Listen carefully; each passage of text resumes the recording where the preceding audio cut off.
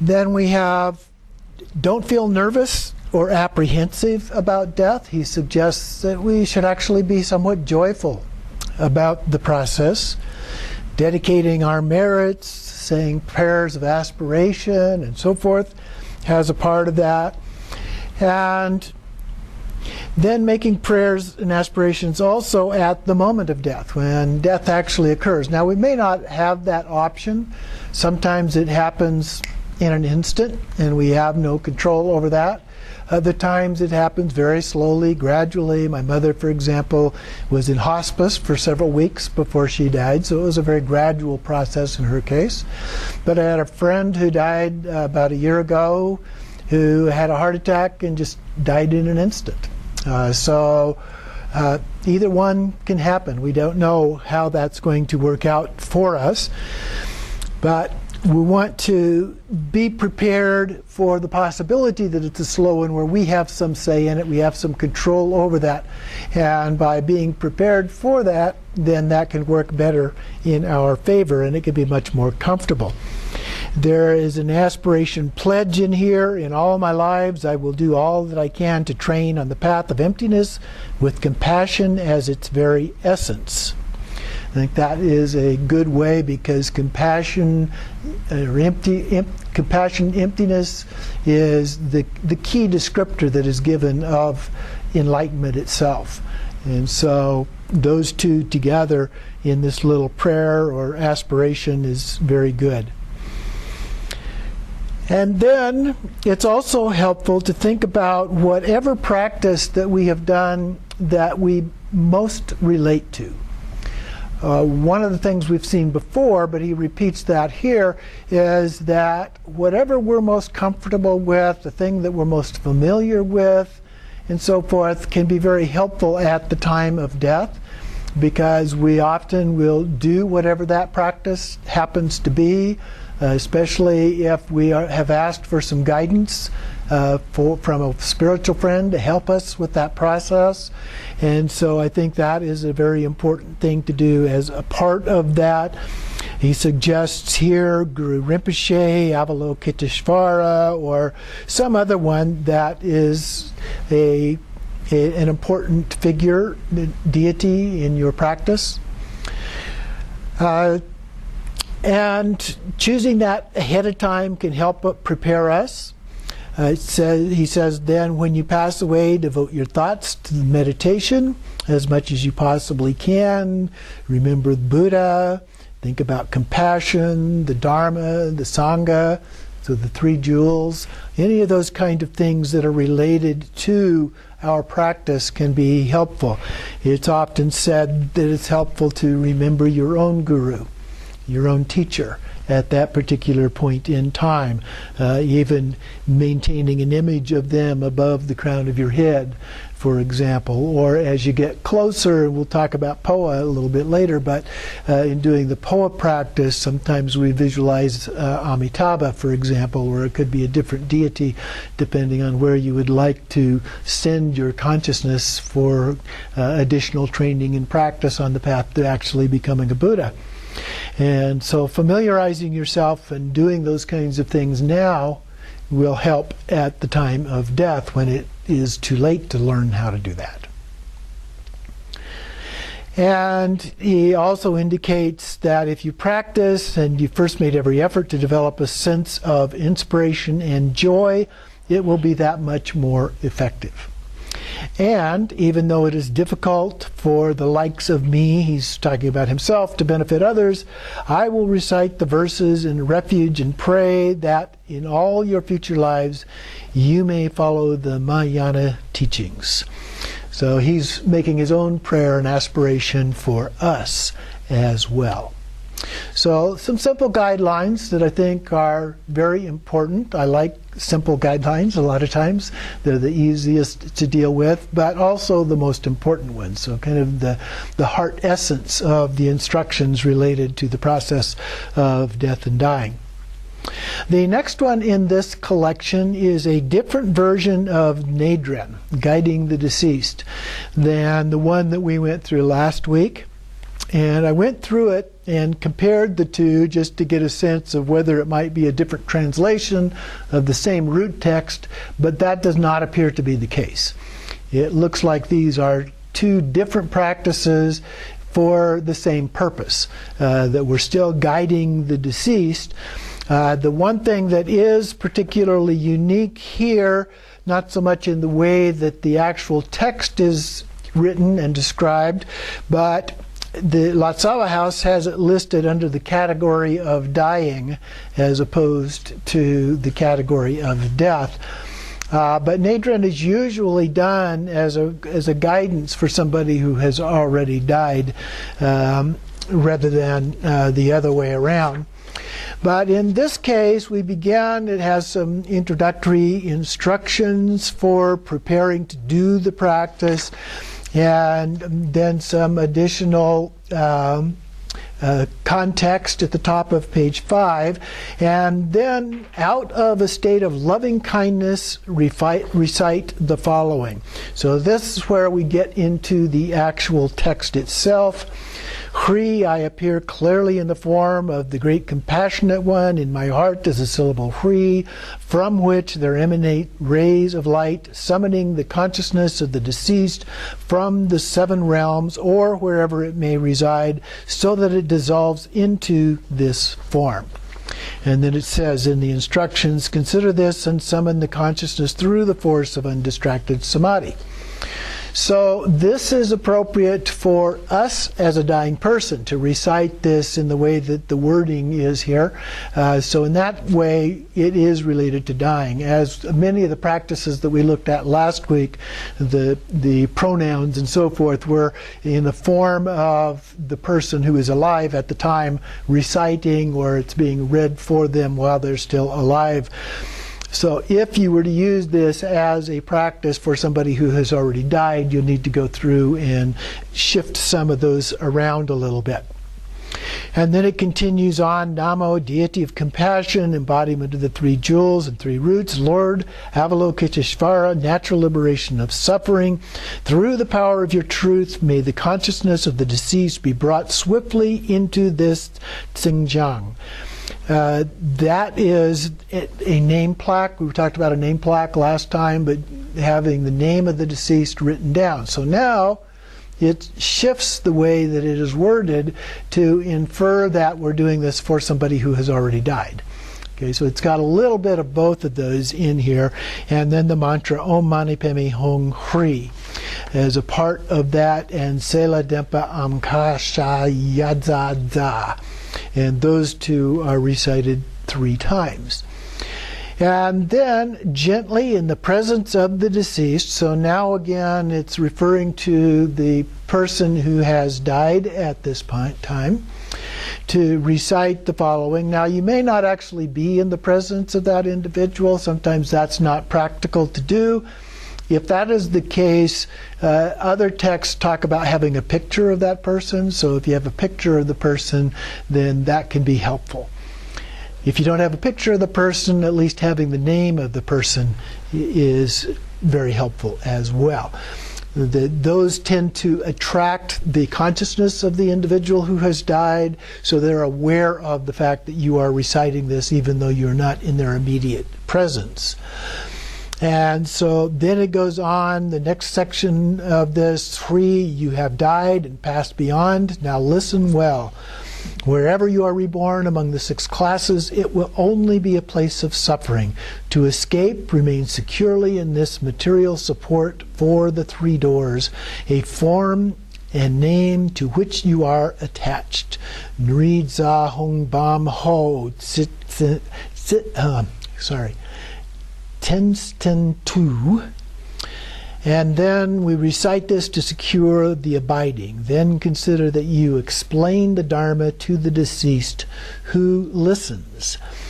And then first you need to cleanse, purify, and bless the Gektor, which is a Torma. This is the Torma for the harmful spirits. So it follows the pattern that we've seen in other things as well.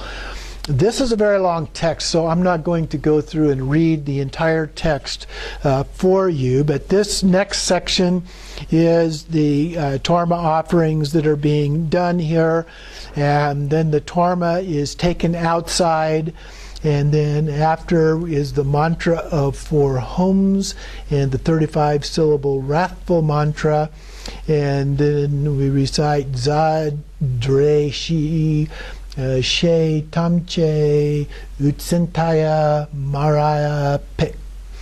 And then we recite this and consider that the deadly spirits have now departed.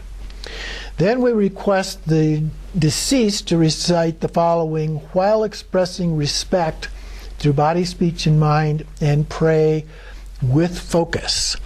And so we do that, and then we say this prayer 3 times. Ho, embodiment of all sources of refuge, Guru Avalokiteshvara, through your compassion, protect those like me who lack protection.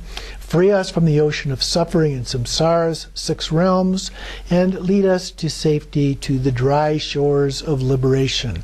And we recite that 3 times. And then the Lama continues on with additional prayer. It talks about the fact that this body is difficult to find, the impermanence and death, but the physical form has been left behind as a part of that. We're being led helplessly by the messengers of Yama, the Lord of Death, to an unwelcome destination of the 3 lower realms. And there the suffering can be very difficult. There are sharp stones and so forth there. And so we have to recognize what it is as it appears. And then from our own natural awareness beyond distraction, we pray to the deity and the Lama. And that whole section, I didn't read the whole thing, but just the highlights there, is repeated 3 times. And then the deceased, asking that the deceased also recites that with us, so we're assuming that. The next part of it is an ablution or washing of the name plaque. We had that before in a slightly different way. So we go through that and through the water of Nirmanakaya's manifest display, expression of loving kindness and affection, may the impurity and obscurations, the aggregates, elements, and sense sources be cleansed and purified. And there are different prayers here. We start with the first one here, Om Mani Padme Hum, and then we go through and it discusses some things about the body and our previous lifetimes and future lifetimes in samsara and so forth. Then we continue on with the flowing water of Sambhogakaya and the spontaneously perfect, all-pervading space, impurity and obscurations be cleansed and purified, and again mantras Om Mani Padme Hum Hri and Om Hum Tram Hri Ah. So that's the second mantra. Then the third section here deals with harmful actions related to speech. And so here the flowing waters of the youthful base body, the radiance of primordial purity, may the impurities and obscurations be cleansed and purified. And this time the mantra Om Mani Padme Hum Hri Buddha Jnana Dharma Dhatu Ah. And then we go through and have the actions and obscurations of the mind cleansed and deceased. And we recite all of those mantras 3 times and cleanse with the water. So now we would have the nameplate or a picture or something in a jar, if it's in a form that would be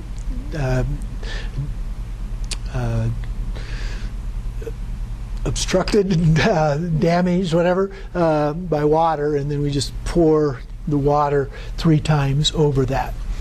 And then there's the expelling of the poisons. And so we go through each of the poisons, the ignorance, we talk about the 5 elements, the objects that give rise to the 5 poisons, and go through, this doesn't go through each element by itself or each obscuration by itself, but talks about them more collectively.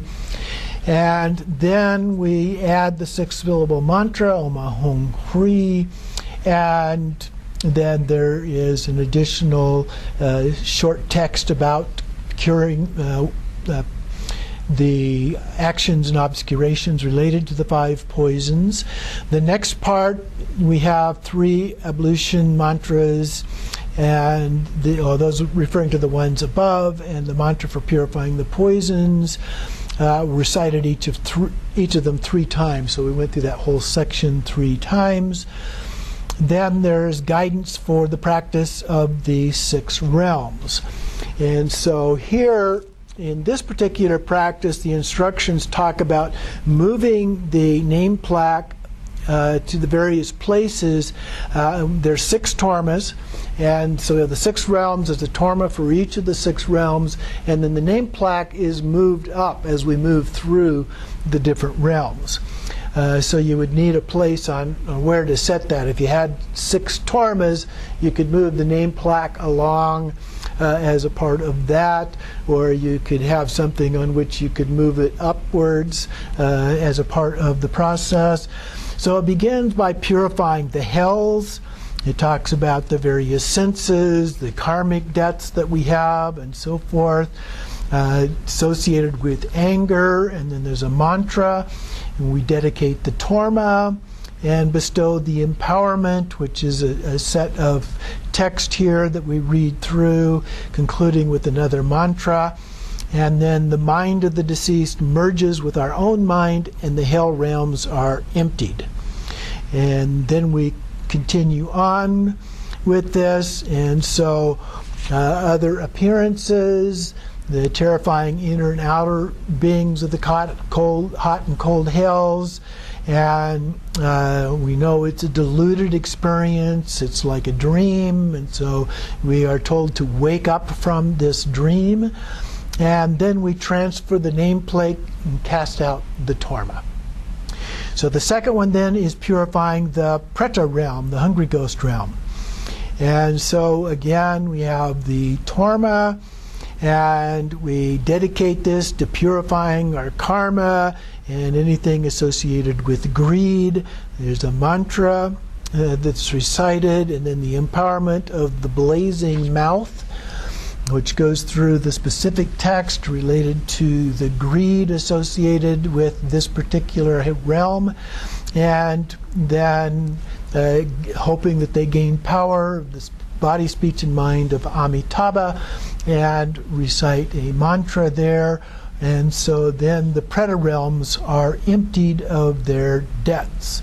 Then we continue on, that we've left the body, and we now have the greed, and we could be reborn in the preta realm if we're not careful there, and recognize that it's like a dream, and as a result we seek the path to liberation instead.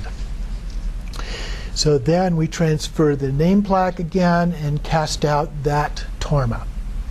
Then we have the purifying of the animal realm.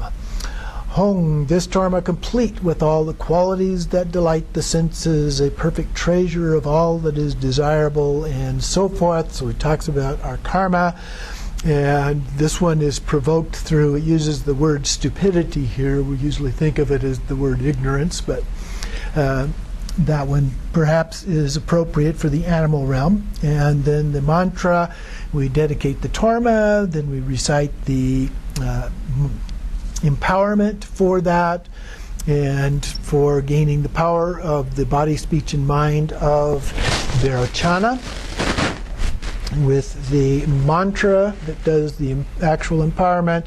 Then the animal realms are emptied, and then we're again given the instructions. If we follow those things, then we'll be led to the animal realm. We're advised not to do that, and to then follow the genuine path. Now here it does not identify a specific deity in this one like it does in the other realms. Then we transfer the name plaque, and again cast out the torma. The fourth one then is purifying the Ashura realm. Now we skipped one. We skipped over the human realm in the normal sequence of things.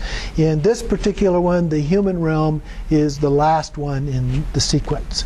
So the Ashura realm, or the jealous god realm. So we have again the torma, this perfect treasure, and so we want to purify all of our karmic debts through this. We recite the mantra, dedicate the torma, we do the empowerment to overcome jealousy and achieve the power of body, speech, and mind of Amoghasiddhi. And so we complete the mantra for that, and then the Ashura realms are emptied, and we then are given the advice again to be careful of not following that particular path of jealousy and rivalry, and instead to recognize the heavenly realms of total purity. And then we transfer the name again and cast out the torma. The fifth one is the Deva, or God realm. So here again we have the torma of perfect treasure to purify our karmic debts, and we recite the mantra, we dedicate the torma, we do the empowerment of this to get rid of pride associated with the God realm. And as a part of that, then we hope to gain the power of body, speech, and mind of Ratnasambhava. And then the realms are emptied, and so we're again given the instructions not to fall into the actions based on pride or arrogance, and instead to follow the path leading to omniscience. So then we come to the human realm. And so here again we have, we transfer the name, and finally the last of those tormas. So now we have the torma relating to the human realm, and so we purify the karmic debts and so forth with that, and the 5 poisons in general. Then we dedicate the torma, make the empowerment for the sage of the Shakyas, which would be Shakyamuni Buddha. And then he, being the sage of human beings, holds a staff and alms bowl and grants the empowerment. And then we recite the mantra, and then the human realms are emptied. And again, we are given the instructions to avoid some of the things associated with the suffering that is also in the human realm, attachment and aversion for the 6 sense objects and so forth, and the various forms of suffering that can happen in the human realm, and instead arrive at the level of Padmapani. And so the empowerment is we bestow the empowerment on the deceased, and then the 8-branch practice follows that. And so here we go through the embodiments related to the 3 jewels and 3 roots as deities of the natural liberation of suffering. And so we prostrate, we take refuge, we confess all of our faults, make offerings, rejoice in the sources of virtue, beseech them to remain, and dedicate all the merit for the benefit of beings. So the 7-branch prayer basically there in a different form. And so then the deceased appears clearly at the eastern gate of the mandala on an 8-petaled lotus upon a raised platform, and we attach the blindfold and recite this mantra. So this one has a blindfold in it. And so we recite the mantra, and with that we cast the flower. Now, in some empowerment practices, there is a mandala which is divided into the different parts of the 5 Buddha families. And so you have the center and then the 4 cardinal directions. And so you cast a flower usually over the shoulder, and then it lands, and then depending on which of those it lands in, then you are linked to that particular Buddha realm, if you will. And sometimes when you're given a name in the empowerment process, that name is linked to that particular deity as well. But that's not always done. So we cast the flower. There's a mantra associated with that. And then Om in Akanishta Pure Land, that is the inherent purity of my own perception within the palace of the natural liberation of suffering. As I request to the ripening empowerment, may the great compassionate one be my refuge. And that is recited 3 times.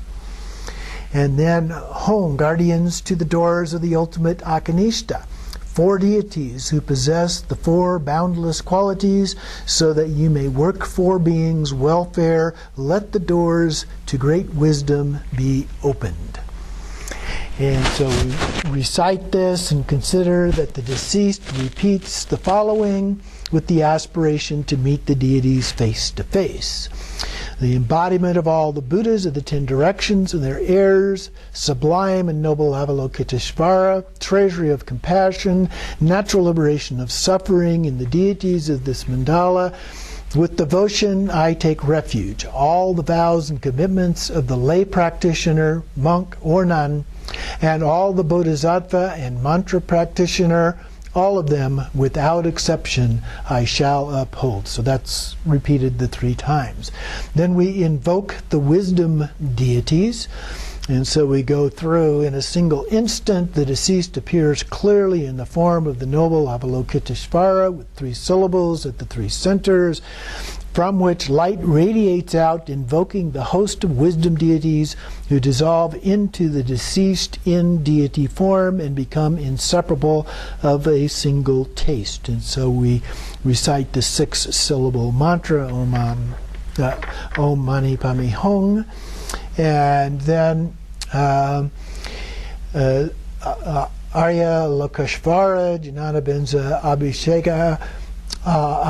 And then the descent of the wisdom deities and ensure their stable presence. And we recite, and I couldn't find what this is exactly, but Tishta Benza, it sounds like that's part of the purification 100-syllable mantra, so that might be what that is referring, which would fit here.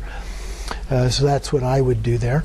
Then Hong, this flower of auspicious substance is offered to the deities of the mandala. May it fall on the special deities with whom there is a karmic connection from the past. Pupe Pratita Ho. Then we confer the name corresponding to whichever deity the flower fell upon, and then perform the opening of the eyes. That's the removal of the blindfold. Then Hong, the blindfold represents the cataracts of ignorance. Through the golden utensil of great compassion, let the eyes of wisdom be opened, so that the face of the naturally arising deity is encountered. And then there's a mantra, and then the deity's face is revealed. And so then it goes through a verse here about the mandala, and the Nirmanakaya land of Akanishta, the mandala of the great compassionate one, Avalokiteshvara. There is no other Yidam deity aside from this. And then again the mantra, Om Mani Padme Hum, Hri A. Then we remain in meditative equipoise. So at that point we meditate for as long as you can. And then we do the vase empowerment.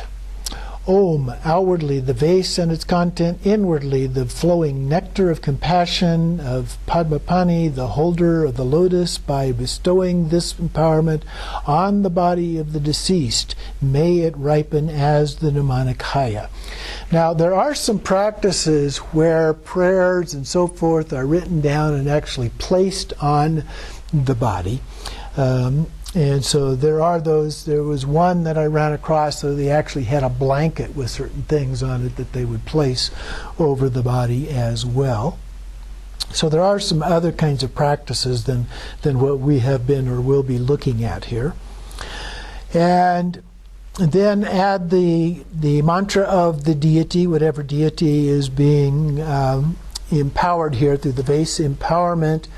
Then there is the mantra empowerment, which normally we refer to as the secret empowerment. And then is related to speech. Outwardly the sound of earth, water, fire, and wind. Inwardly the languages of the 6 classes of beings. Secretly the secret speech of all the Buddhas. The empowerment that is contained within the 7 syllables. By bestowing this empowerment on the speech of the deceased, may it ripen as the Sambhogakaya. And so then we recite the root mantra, and then there's a little bit more that is added to that. Then the Vajra empowerment of enlightened mind. And so this would be the wisdom empowerment. And so we hone this material substance. The Vajra symbolizes the enlightened mind of all the Buddhas. By bestowing this empowerment on the mind of the deceased, may it ripen as the Dharmakaya. And so we recite the root mantra with the addition to that. And then we dedicate various sensual delights in food. And it goes through the text for doing all of that, including tea, alcohol, milk, curd, and other forms of drink. And then we recite the sky treasury mantra and perform the mudra, bless the substances 3 times, and then dedicate them, and goes through the text for all of that. Then we send out burnt offerings and liquid offerings as a part of that, so that the smoke offering is done at that time. To the physical support visualized as the deity, we perform the actual mantra. So it has the text, we light the butter lamp, and there's a prayer that's recited as a part of that. Next we have the transference. Now this is a little bit different in this regard. So normally we do transference. If we're doing it for somebody else, we would do it ideally between the time that the breath stops and the time of the total loss of consciousness. But things are not always ideal. And so it is said that we can do the transference for up to 3 days. So in that context, we would want to be doing this practice during the period of time shortly after death, in order for these things to fit within the way that it's normally described. Now that's not to say that it has to be done in terms of the way it's normally described, because as we know in Buddhism there are exceptions to everything. But that would be the normal way for doing this. So it then goes through this: Hong, deceased one, son or daughter of noble family, listen well. All the realms of samsara, high or low, are like dungeons of the 3 sufferings in which all are imprisoned. This is certain. And so we then begin to go through the text here, describing exactly what to do with this. Again, it relies primarily on Avalokiteshvara, it has the Lord of Boundless Light first. It doesn't. So Amitabha would be the first one, which would make sense in the context of doing Poa.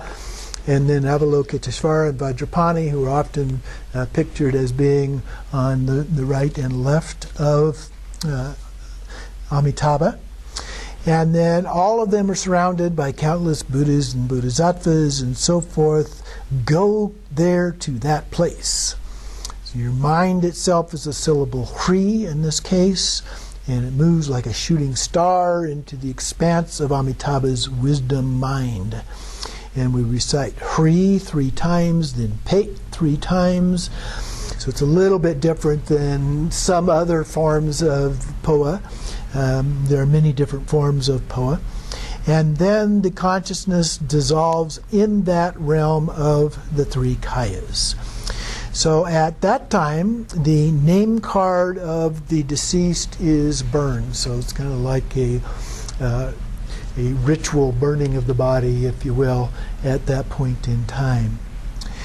And then the text continues on, hung in the fireplace of the primordial purity, beyond conceptual elaboration, the fire of naturally arising wisdom is alight, and the wood and kindling of conceptual thought are consumed without a trace, Zala Ram.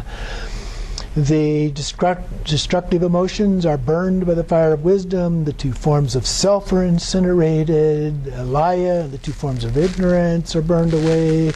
The seal of never falling back into samsara is applied. Having actualized primordial ground of liberation, may the welfare of limitless beings be accomplished.